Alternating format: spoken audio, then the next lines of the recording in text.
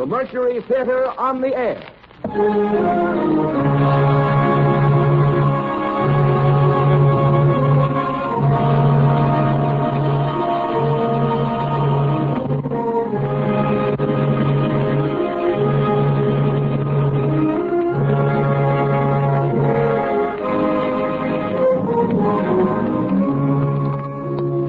Columbia Broadcasting System welcomes you to the 14th program in its weekly series featuring Orson Welles and the Mercury Theater on the air.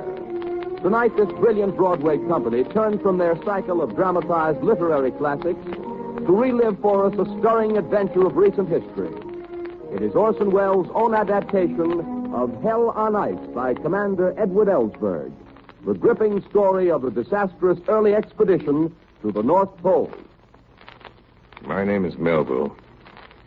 As retired chief engineer of our Navy, a fair share of honors come my way. The engines and boilers which build the Oregon 12,000 miles under forced draft to take her place in the battle line at San Diego were my creation. Since then, I've designed the engines for half the warships that show the American flag.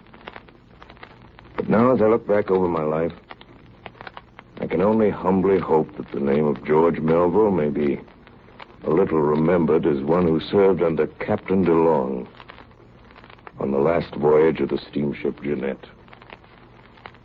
I still read and reread my log of that trip, though the ink's been dry near 30 years. Here's the first entry. July 8th, 1879. 3:40 p.m. Pacific Time. Jeanette weighed anchor. Destination, the North Pole. Already below. Already below, Captain DeLong. What do you got? Ready, Chief? Ready, Captain? Have steam in the harbor. Yes, sir. The Navy had done a thorough job on the Jeanette. They built an extra sheeting around a hull of 6-inch Oregon pine, belted down with iron straps and a truss of massive beams across her blockheads. I remember noticing as soon as we were underway, Jeanette wallowed a bit in the waves instead of knifing them clean. But she was a small ship, 420-ton in displacement, 142 foot long, 25 feet in beam, and grossly overloaded with 3 years' provisions and bunkers full of coal. Remember the first roll call on deck. Bill Melville. Yes, sir? Bill Chip. Yes, sir. Chip, second in command. 15 years at the China station. A small man with a beard like General Grant. Bill Denenauer. Yes, sir. Denenauer, our navigator. 29 years old. Heavy built. No previous Arctic experience, but served to navigate the fleet around the globe. Dr. Ambler. Here's a... Ambler, small but sturdy. High-ranking surgeon. Collins. Here. Jerome Collins, a Herald reporter sent by Bennett for his own reasons as a meteorologist. One of our 2 civilians technically listed as seaman, but quartered with the officers. The other was Newcomb, a scientist, a nervous, testy little fella. Mr. Newcomb. Yes, sir. Forward, a crew of 23 all-Navy men, hand-picked. 1 Chinese cook. We steamed out the Golden Gate. The cheering crowds were black on Telegraph Hill.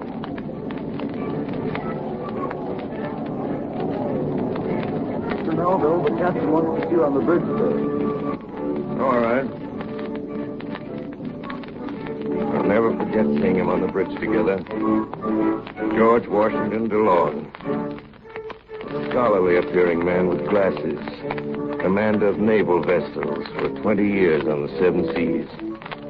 And by his side, with her pretty head flung back, Emma DeLong. Chief, I want you to meet Mrs. DeLong before she deserts her husband. How do you do? Glad to meet you, ma'am. Mr. Melville, tell me, what do you think of a husband who'd rather go off to the North Pole than stay home with his wife? Being a bachelor, don't know what I can say, Mrs. DeLong. No, Emma, the chief will think you really don't want me to go. And now, George, something I have for you. No, stay here, Mr. Melville. I want you to be a witness. The silk flag. Mm-hmm. I want you to unfurl it at the... Yes. At the point farthest north. The point farthest north. The North Star, George. I'll watch it, and we'll be looking at the same thing. Things equal to the same thing. Remember your geometry, Captain? I'll remember. Well? Chief, take care of him. And good luck. You sure will. I'll ride over to the yacht with you. For a few brief minutes, the Jeanette rolled in the swells while our starboard whaleboat was man-lowered and shoved off, carrying towards a lone yacht which now lay off to our quarter, Emma DeLong and her husband. A brief embrace, and DeLong, balancing himself on the thwarts, handed his wife up over the low side of the yacht.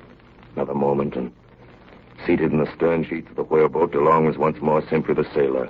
Sharply, his commands traveled across the waves. And our whaleboat came back to us, rounded to under the davits, and was hoisted aboard. And then we got under way. For a few minutes, with strained eyes, I watched a white handkerchief fluttering across the water at us. And it faded in the distance. Our passage to Alaska, there's not much in my journal. August 2nd, with the aid of a towhook, baited with salt pork, our scientist Newcomb bagged an albatross. Crew none too pleased. The ancient superstitions of the sea persist even to the day of steamships. August 14th. Course set north by northwest, through Bering Straits and into the Arctic Sea, and off the coast of Alaska toward Wrangel Island. September 2nd. Stray ice drifts sighted 2 miles to port. September 4th. Ice floes increasing. Surprising for this time of year. September 6th. Ice hole! Ice hole! Captain!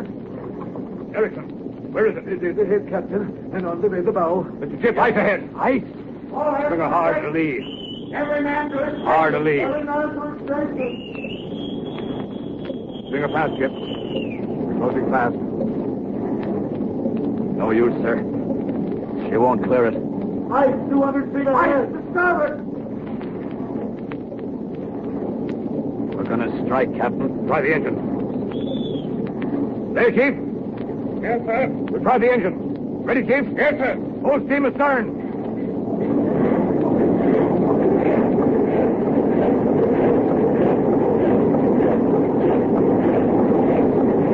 No use, Captain. She's on us.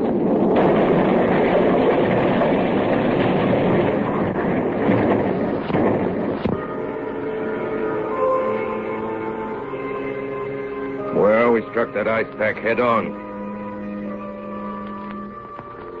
Lucky for us, that 19-inch planking of the floe would have stove us in. As far as we could see, the pack was unbroken. Except in back of us, a narrow lane of open sea.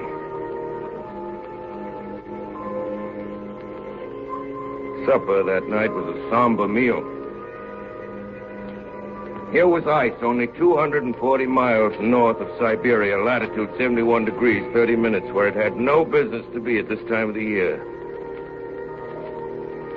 Finally, the captain, chewing earnestly away on his mutton, broke a silence that was almost as solid as the ice pack. Well, Mr. Chip, do you think by morning we'll find a lead through this ice to Wrangel Island? No, Captain. We won't. You seem pretty certain, Mr. Chip. And what's more, while God's given you a chance, I'd back the Jeanette into that little hole astern and head out of this ice pack to open water before the bottom drops out of the thermometer and we're frozen in. What do the rest of you think? Got an hour? What do you think? You're a navigator. I think that Chinese cook's coffee is even worse than usual, sir. All water and no coffee beans. What do you say, Chief? Maybe our Sam's saving coffee, in case the ice pack holds. Collins here seems to be able to drink his. What I drink is my own affair. Oh, don't take it so hard, Collins. Yeah, Sam. Yes, sir? Sam, you call this coffee? It tastes like the Arctic Ocean. All same water, make coffee? Scoop up in pails? I thought so. Doctor, how about that? Saltwater coffee. You can't use salt water, Sam. You've got to distill it. Or we'll all be done with the scurvy before we're off this ice. We're not on it yet, Doc. A heavy gale would break up this pack. And break the Jeanette along with it. Well, what better can we do, Mr. Chip? We can back out this lane and then head east. A whaler will stay in open water further north than this on the Alaska side. No use, pilot. We're not whaling and we'll not go east. We're heading for Wrangel Island. It's our only chance to make the pole. More coffee, anybody? Next morning, it was too late. During the night, the temperature fell to 23 below. Young ice forming over the open patches of water cemented together the old pack with the Jeanette stranded in the middle. At noon, we were ordered to the captain's quarters. Gentlemen, it looks bad. Tied up in the ice before summer's over. We've got to break loose. Chief, how long will it take to get steam up? For half hour, sir. Rake the fires and hurry it up. Danenauer? Yes, sir. Take soundings of the ice. Get the direction of its drift. Yes, sir. Yep. Pick your men from the crew and prepare to dynamite the ice around the rudder. We'll try it, sir. The next 3 hours, we nearly tore the engines off their bed plates and the smoking thrust block off its foundation while the Jeanette rammed, squeezed, backed, and butted her way through the ice. Go ahead.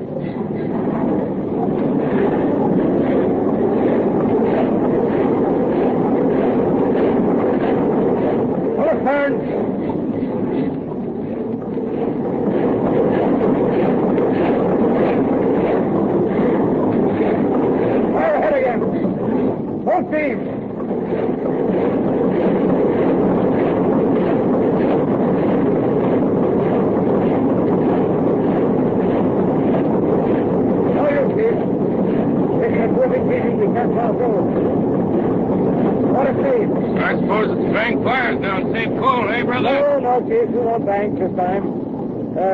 Let the fires die out. Save every pound of coal you can.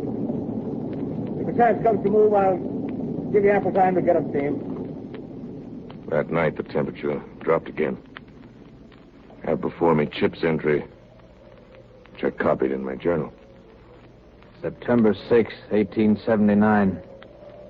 Temperature 17 degrees. Ice frozen 3 to 7 feet. Drift south by southeast. Starboard list of 9 degrees. Next day, with broken ice piling up all along our side, the captain gave the order to unship the rudder. So the end of the first week found us a rudderless ship, drifting with the ice pack. All chance of exploration gone. Stopped at latitude 71 degrees north, which had been reached in these same waters 20 years before by an ordinary sailing ship.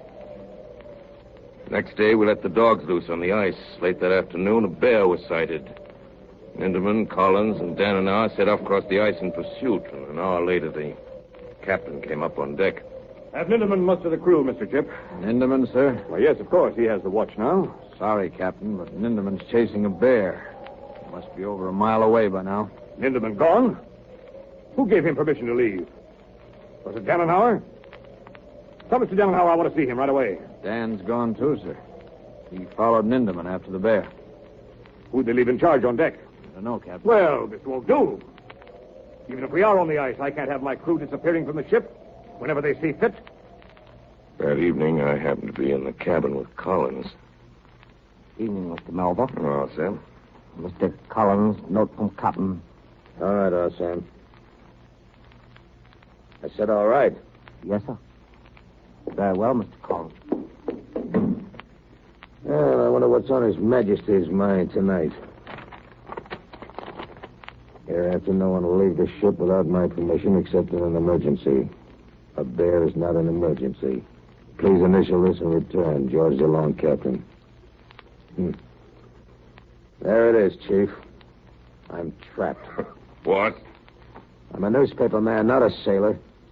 Back in the States, my brother warned me I shouldn't ship on this cruise as a seaman.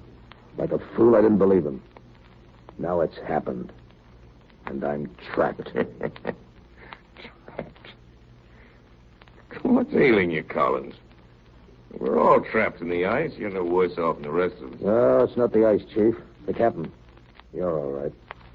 You're an officer. But I'm signed up as a seaman. He's got me just where he wants me. Ah, don't be a fool, Collins. Don't you live in the cabin, mess with the officers, muster with the officers? What more do you want? Some gold lace on your sleeve? But look at this order. And delivered by a Chinese cook. That order hits me and every other man on board as much as it does you. That order's aimed at me. But he can't persecute me. I'll show him. I'm covering this expedition for my paper. When we get home, I'll have plenty to tell about the way Captain DeLong ran this expedition. The truth was that after 2 months in the cabin of the Jeanette, we were beginning to get tired of each other's company. This same day, the captain wrote in his log. Same faces at every meal. The same irritations pricking our nerves. The same routine day after day. No shore leave. No ports to visit. Nothing but endless ice. And no hope of change until next summer. Unless a gale breaks up the pack. Drifting willy-nilly 1,000 miles from that pole, which in a blaze of publicity we had set out to conquer.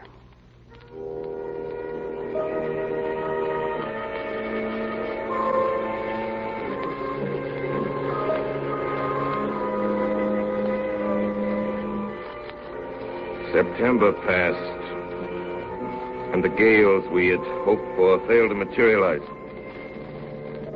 October came and went. Break in the ice! Break in the ice! Oh, Mr. Chip, where's the captain? Oh, Captain! Captain DeLong! Look, Collins, the crack in the ice. Look, you can see it from here. My instruments. Look, Captain, it's spreading. Yes. Getting wider. Chip, take some of the men and help Collins salvage his instruments. Quick, before it's too late. Quick! Down there! 400 feet astern! Hurry! By the time we went to bed, there'd opened up leads of water all around us that looked like veins of ink in that vast white field. Didn't get much sleep. Hardly had the mid-watch ended when through an open canal scarcely 100 yards away, huge ice cliffs as high as 3-story buildings were bearing down on our ship. You abandoned ship! Yep. Turn to with all hands to unload the dinghy. Yes. Provision. Send a hand, Pete. Yes, sir. Collins, fetch your instruments. Yes. Dan, my log in the record. Yes, sir. Nearer crept that mass of shrieking ice.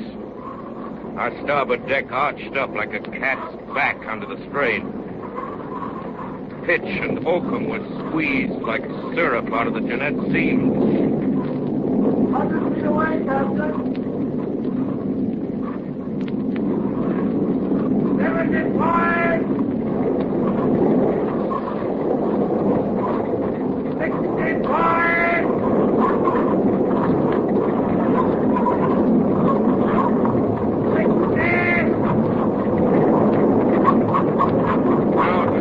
50 feet away from us.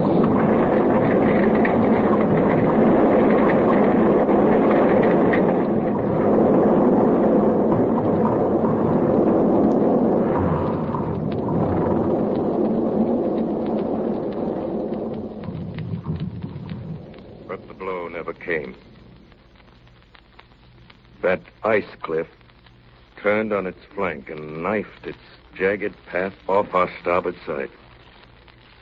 The floe relaxed its grip, and by morning the deck had straightened under our feet.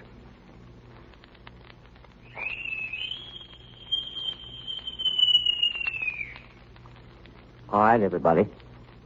Breakfast ready.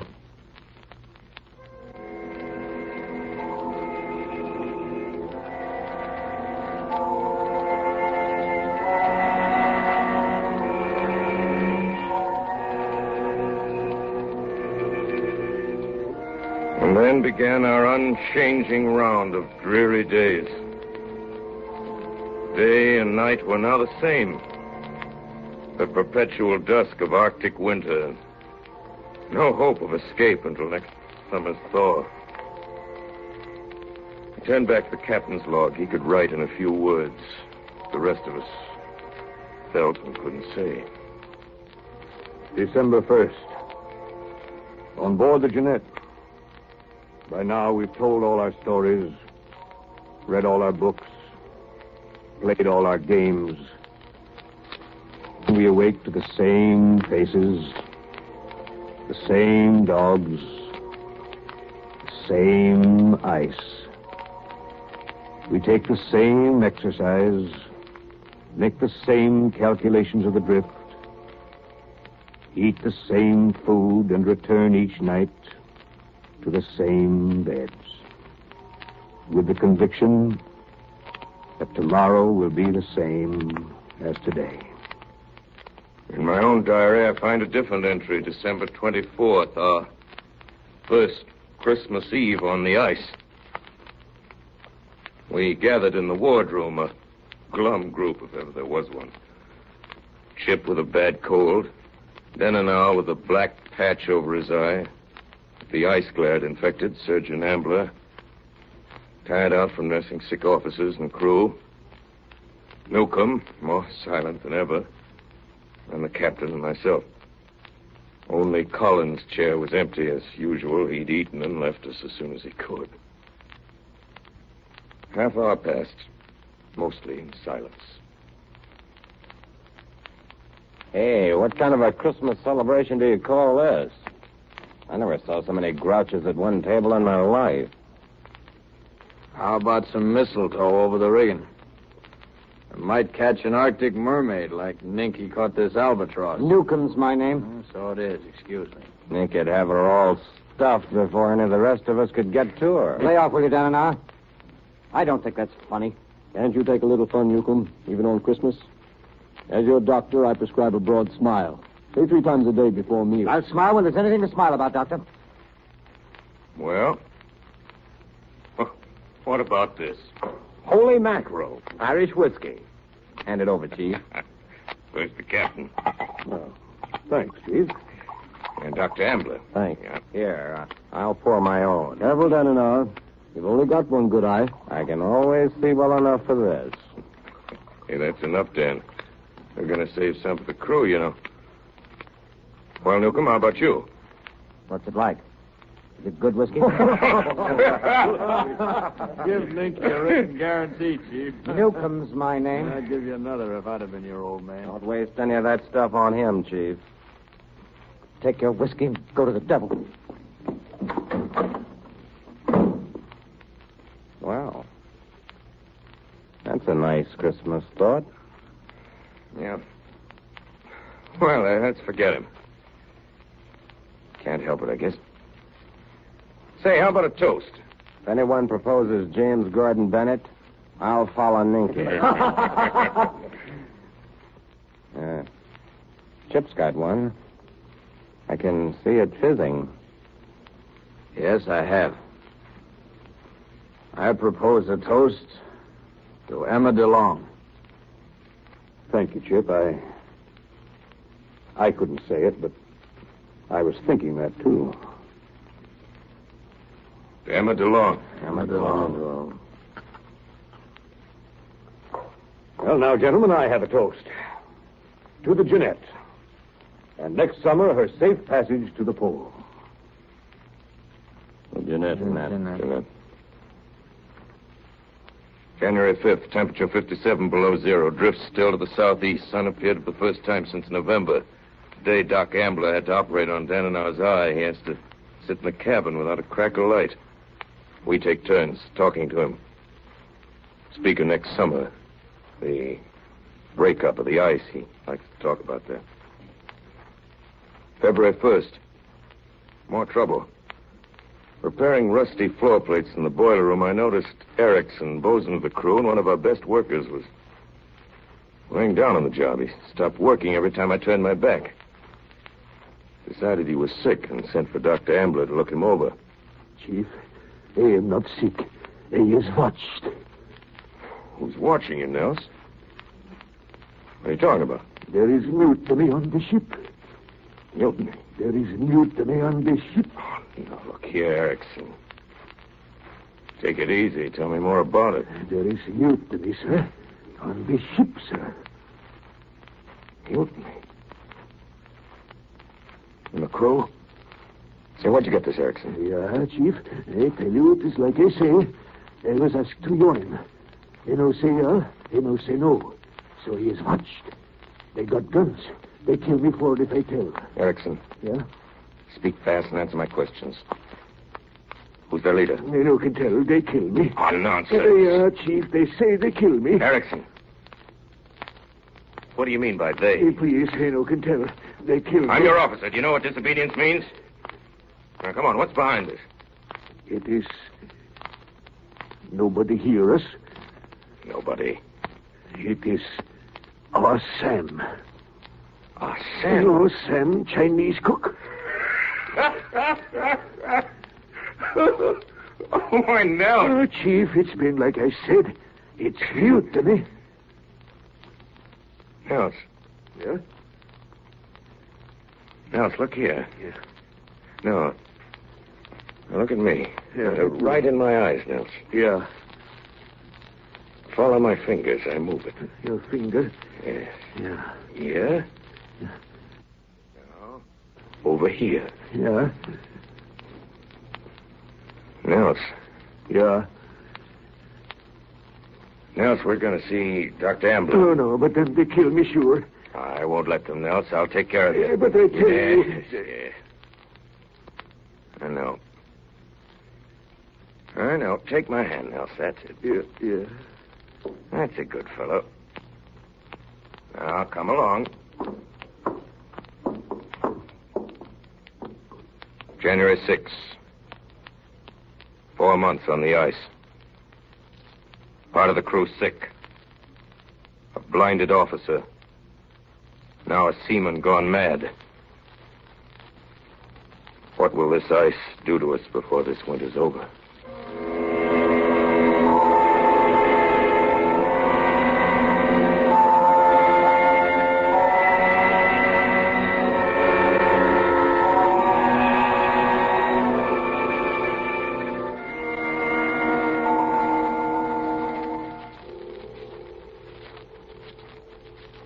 You are listening to a CBS presentation of Orson Welles and the Mercury Theater on the Air in an original adaptation of Hell on Ice by Commander Edward Ellsberg.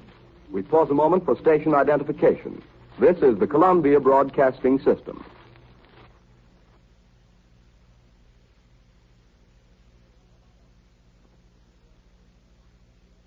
Hell on Ice. Commander Ellsberg's account of the disastrous polar expedition of the Jeannette, relived by Orson Welles and the Mercury Theater on the Air. On February 25th, after 6 months in the ice, the Jeannette's position was 74 degrees 11 minutes north. We were still drifting, waiting for the thaw to free us. March 5th, first glimpse of sunshine. 3 minutes of bleak twilight, then darkness again. March 30th, temperature rising. Noon reading 5 above zero. Ice still 14 feet thick.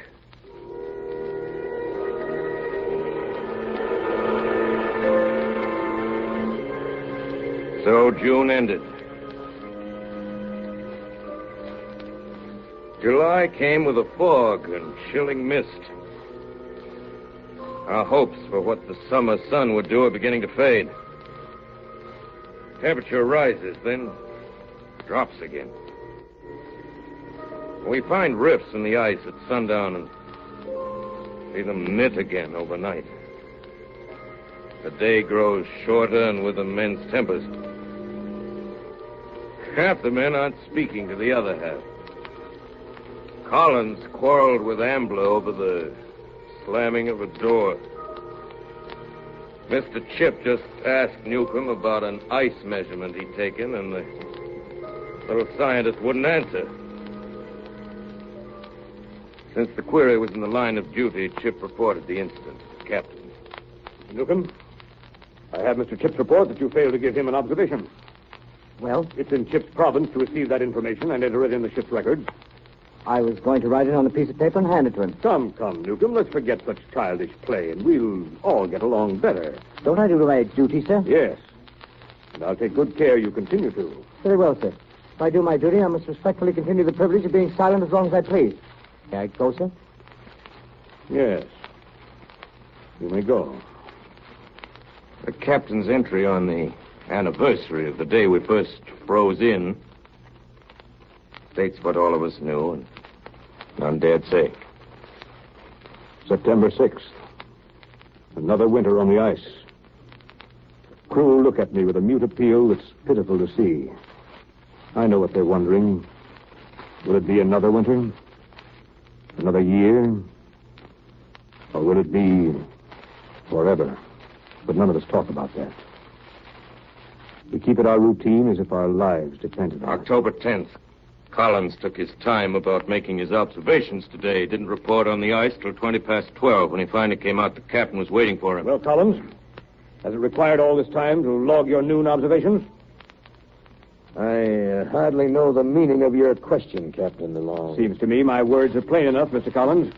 Well, perhaps I might have done it quicker, but I didn't know my minutes were being counted for me.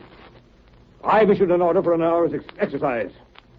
I've noted for several days you've been cutting down that time.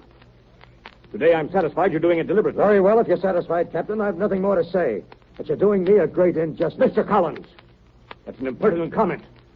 I don't like your manner and bearing in talking with me. Well, I don't like the manner you speak to me either. I'm your commanding officer. I'm merely informing you of a breach of discipline. And when you say that, I say it isn't true. I'm making allowances for your ignorance of naval regulations. But I advise you not to repeat that contradiction. When you charge me with violating an order, I deny it, and I'll repeat that as much as I please. Enough, Mr. Collins. When we get back to the United States, I'll have you court-martialed. Meanwhile, turn in your instruments and perform no further duties on the ship. You're under arrest.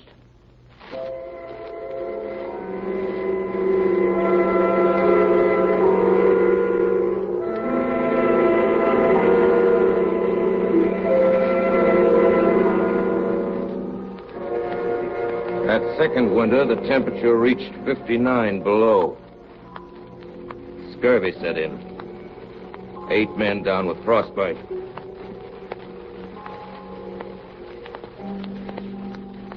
Spring finally rounded the calendar.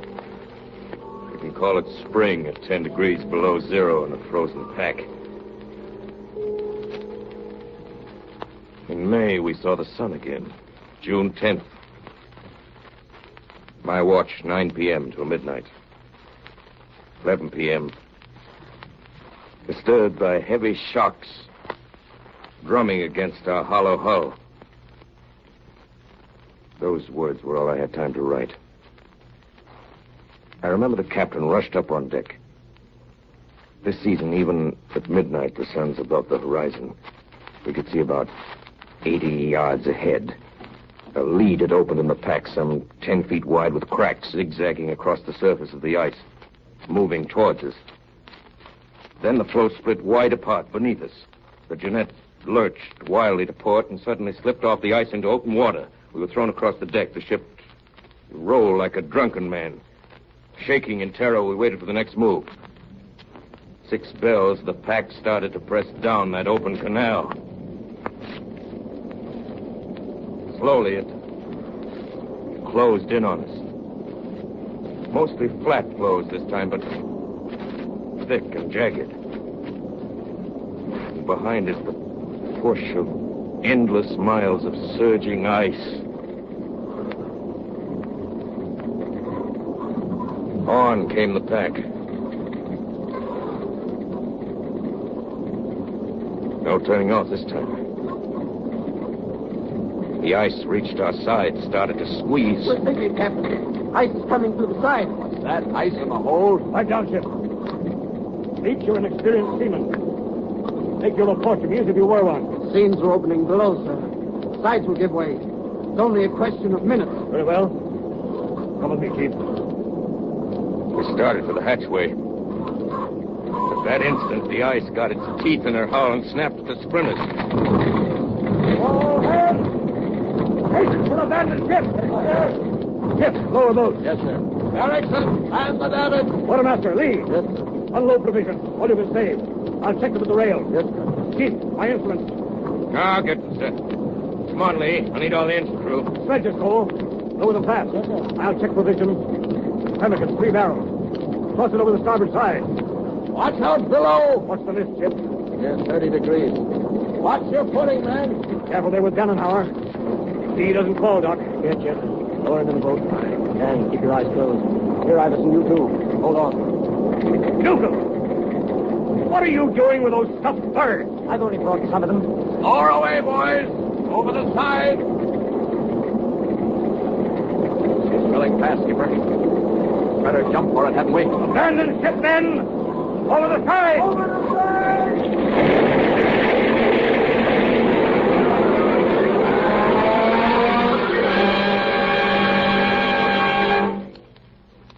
The last to jump was the captain. Scattered over the ice like flies, we watched the doomed Jeanette. She lay far over on her beam's end. The smokestack broke off at its base. The crumbled deck bulged upwards. She slowly rose upright over the pack. The black hull began to slide down through the crack. Her yards banging down on the ice, stripped from the masts.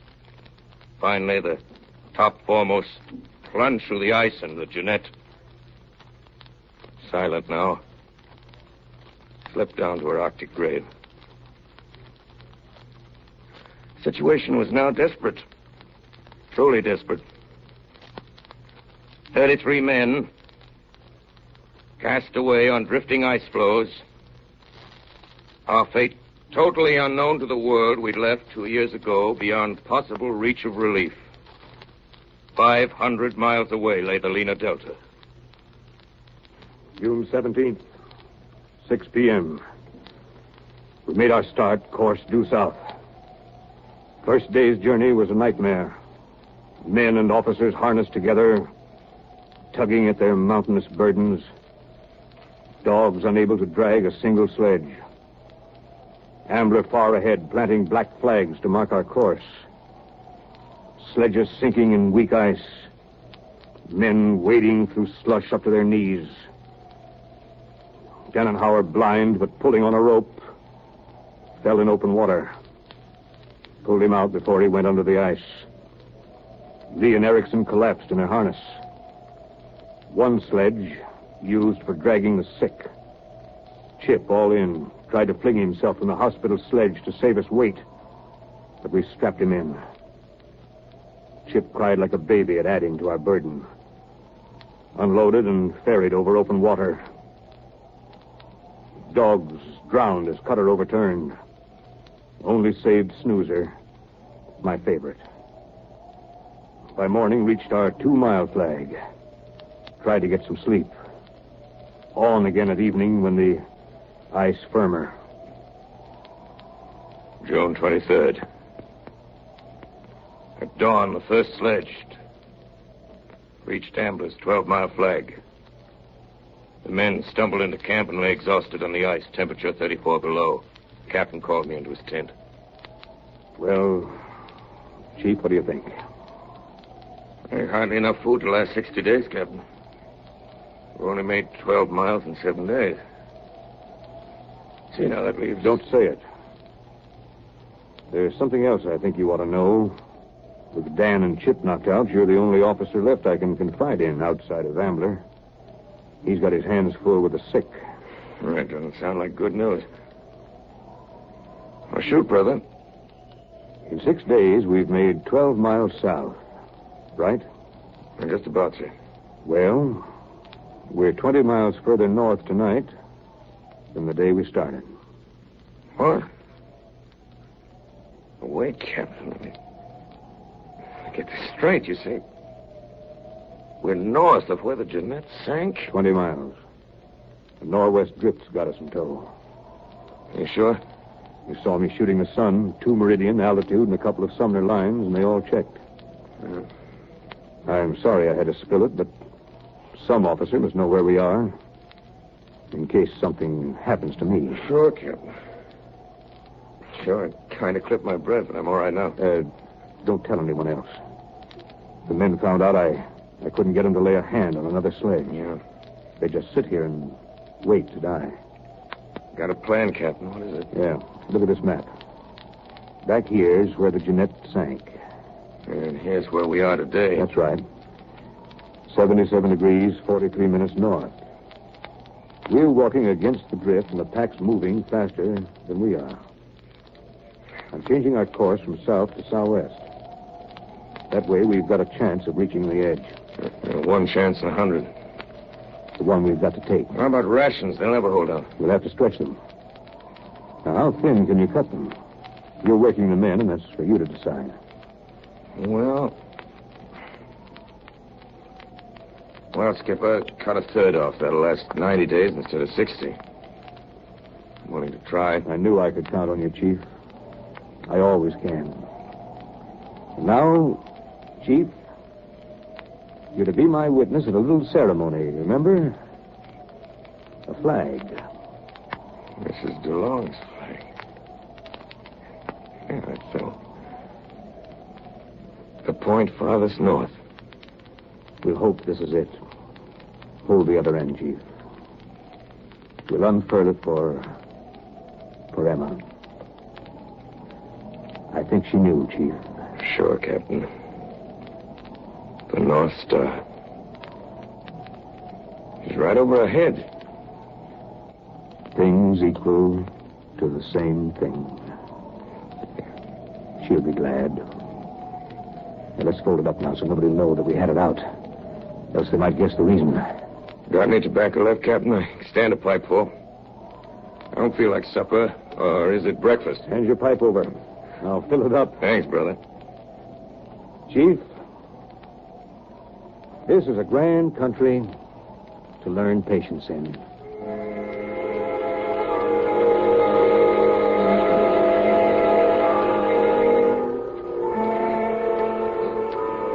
For 91 days, we struggled on over the ice going southwest, now towards the Lena Delta. Through fog, day after day, ferrying across leads, pulling through slush, our clothes, constantly soaked in ice water. The most we covered in one day was 6 miles, some days not more than 2. The men growing weaker every day from frostbite and scurvy. On September 9th, 91 days after the sinking of the Jeanette, we reached the edge of the ice in the open sea. Crawled into camp, and then DeLong mustered his crew, called the roll for the last time. That night he held divine service. Even the sick joined in. Only Collins stayed in his tent. Thank God for thy mercies. We pray thee for deliverance to our homes and to thy continued service. Amen. Eternal Father, strong to save, whose arm has bound the restless wave, who bids the mighty ocean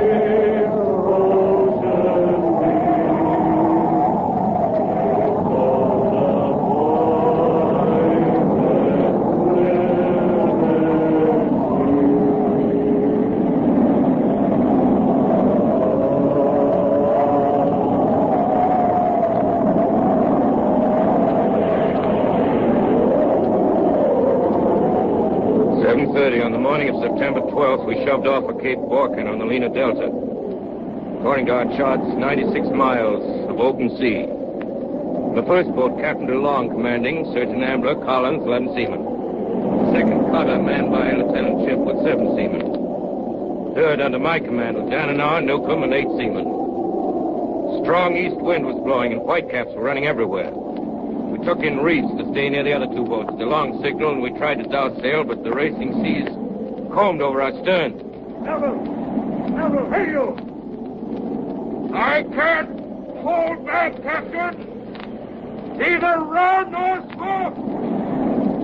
She'll smoke, Captain. I can't hold her back. Get away, then.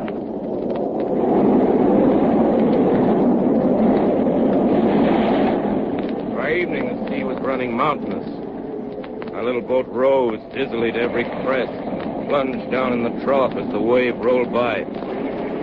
The other boats were falling behind. I glanced back at Chip, 1,000 yards to windward. As I looked, an immense sea swept over his boat, and she broached, lying helplessly broadside to the gale. No boat ever beat a mile dead to windward against such waves. Long before we could even get our boat into the wind on the first tack, the icy waters had ended the agony of Chip and his men. Way astern was the captain's cutter. Night fell. That, too, faded from sight, and we were left alone.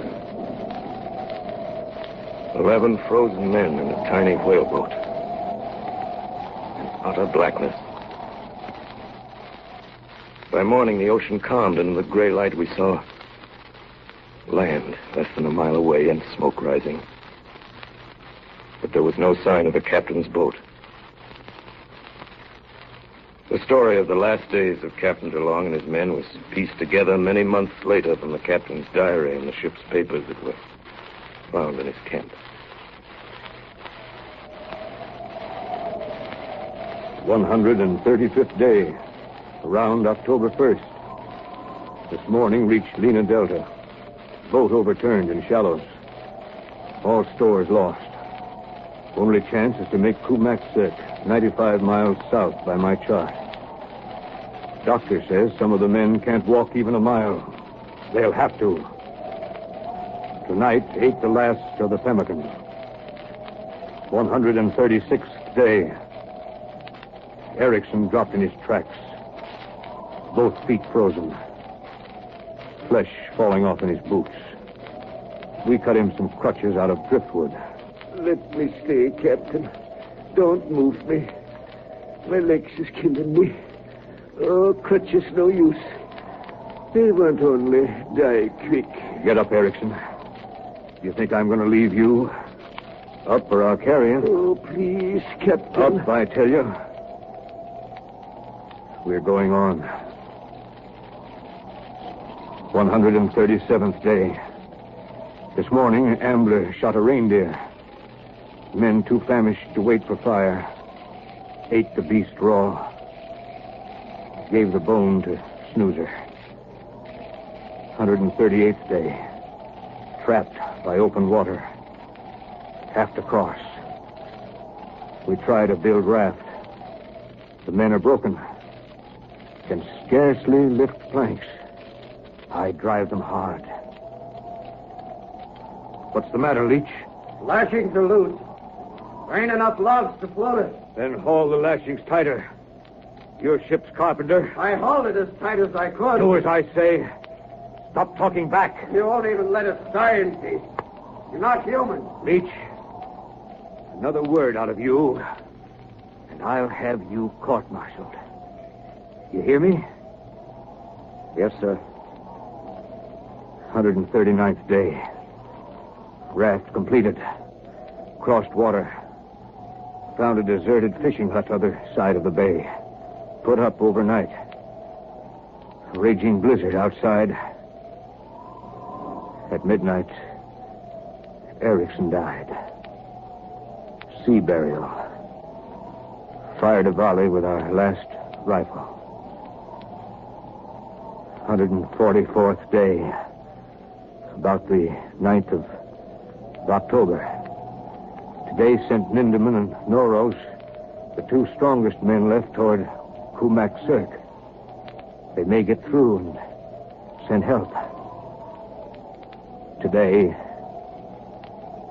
killed my dog, Snoozer, for food. Dog never whimpered. Too far gone. Men weakening fast. 145th day. Collected driftwood. Built fire. We wait here, hoping. All hands feeble, but cheerful. God help us. 147th day. Still no game. One spoonful of glycerin for food. After supper, all united in saying Lord's Prayer. 152nd day. Alexei dying. Doctor baptized him. Mr. Collins' birthday. 40 years old. Food, willow tea, and 2 old boots. 153rd day. Calm. Mild. Snow falling. About sunset, Alexei died. Covered him with ensign and laid him on a crib. Lee dying. Our Sam dying. Doctor rubs their hands to keep them warm. 156th day. Found Leach dead in the morning. Still sitting up between the doctor and myself. Iverson laughs. Laughs. His mind is gone. Too weak to carry the body out on the ice. 157th day. Near the end of October. Very little hope. Said part of the divine service. At sunset, our Sam died. He still leans over his kettle. We can't move him. 160th day. Dressler died during the night. Ambler, now weakening. God help us. 164th day. Iverson's laughing stops. Ambler crawls over to him. Feels his pulse. Dead. 167th day. Mr. Collins dying.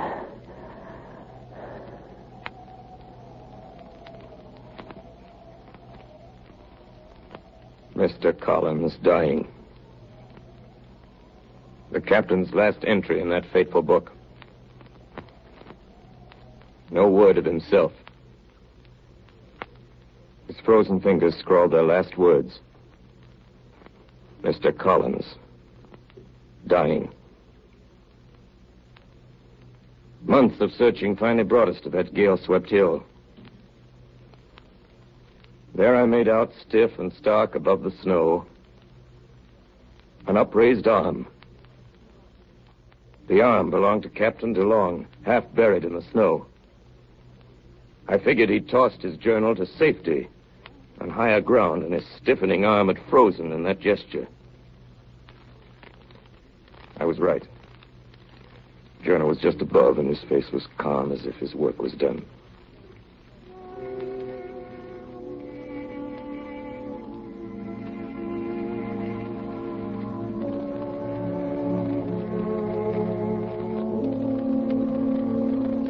Atop a rocky promontory, looking to the north, towering 400 feet above the great bay of the Lena Delta and far beyond the reach of any possible flood, I prepared for my captain and his crew their final resting place. Above that rocky cairn, I raised a massive cross, 25 feet high, hewn from a driftwood spar salvaged from the bay below. And on the spreading arms of that cross, I cut the names of those who were to rest beneath it. And then when all was ready on April 6th, 1882, on that gale-swept mountain over the Lena, we buried them. We lifted the thin bodies from the sledges. Tenderly laid them out on a bed of snow inside the tomb. Captain DeLong at one end, the others in order of rank. Surgeon Ambler, Mr. Collins, Lee, Cack, Gortz, Boyd, Iverson, Dressler, and last at the other end, our Sam. And then, sorrowfully sealing up the cairn, we left them to their rest. Among the Siberian snows looking out over the Lena's great bay at that desolate cape below, which had witnessed their last agony, and northward across that polar sea which he had valiantly given his life to conquer, DeLong and his men of the Jeannette lay at last beneath a huge cross on the rocky cairn, with the fierce Arctic glares they had so often bravely faced, and the winds mournfully wailing their eternal dirge.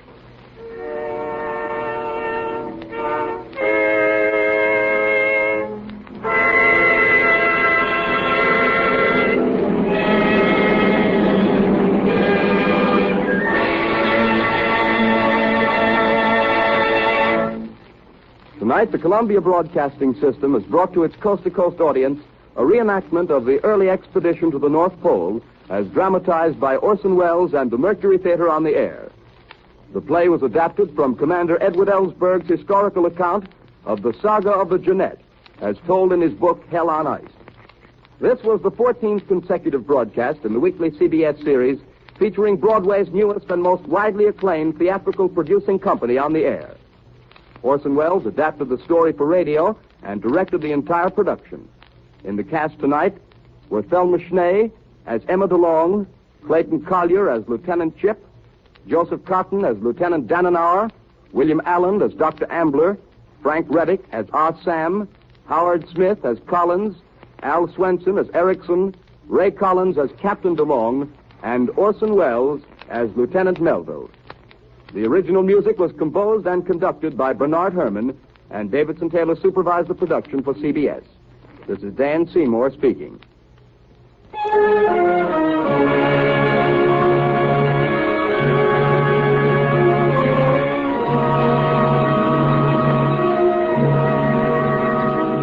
Next week at this same hour, 8 to 9 p.m. Eastern Standard Time, we invite you to listen to the 15th of the weekly performances by Orson Welles and the Mercury Theater on the air.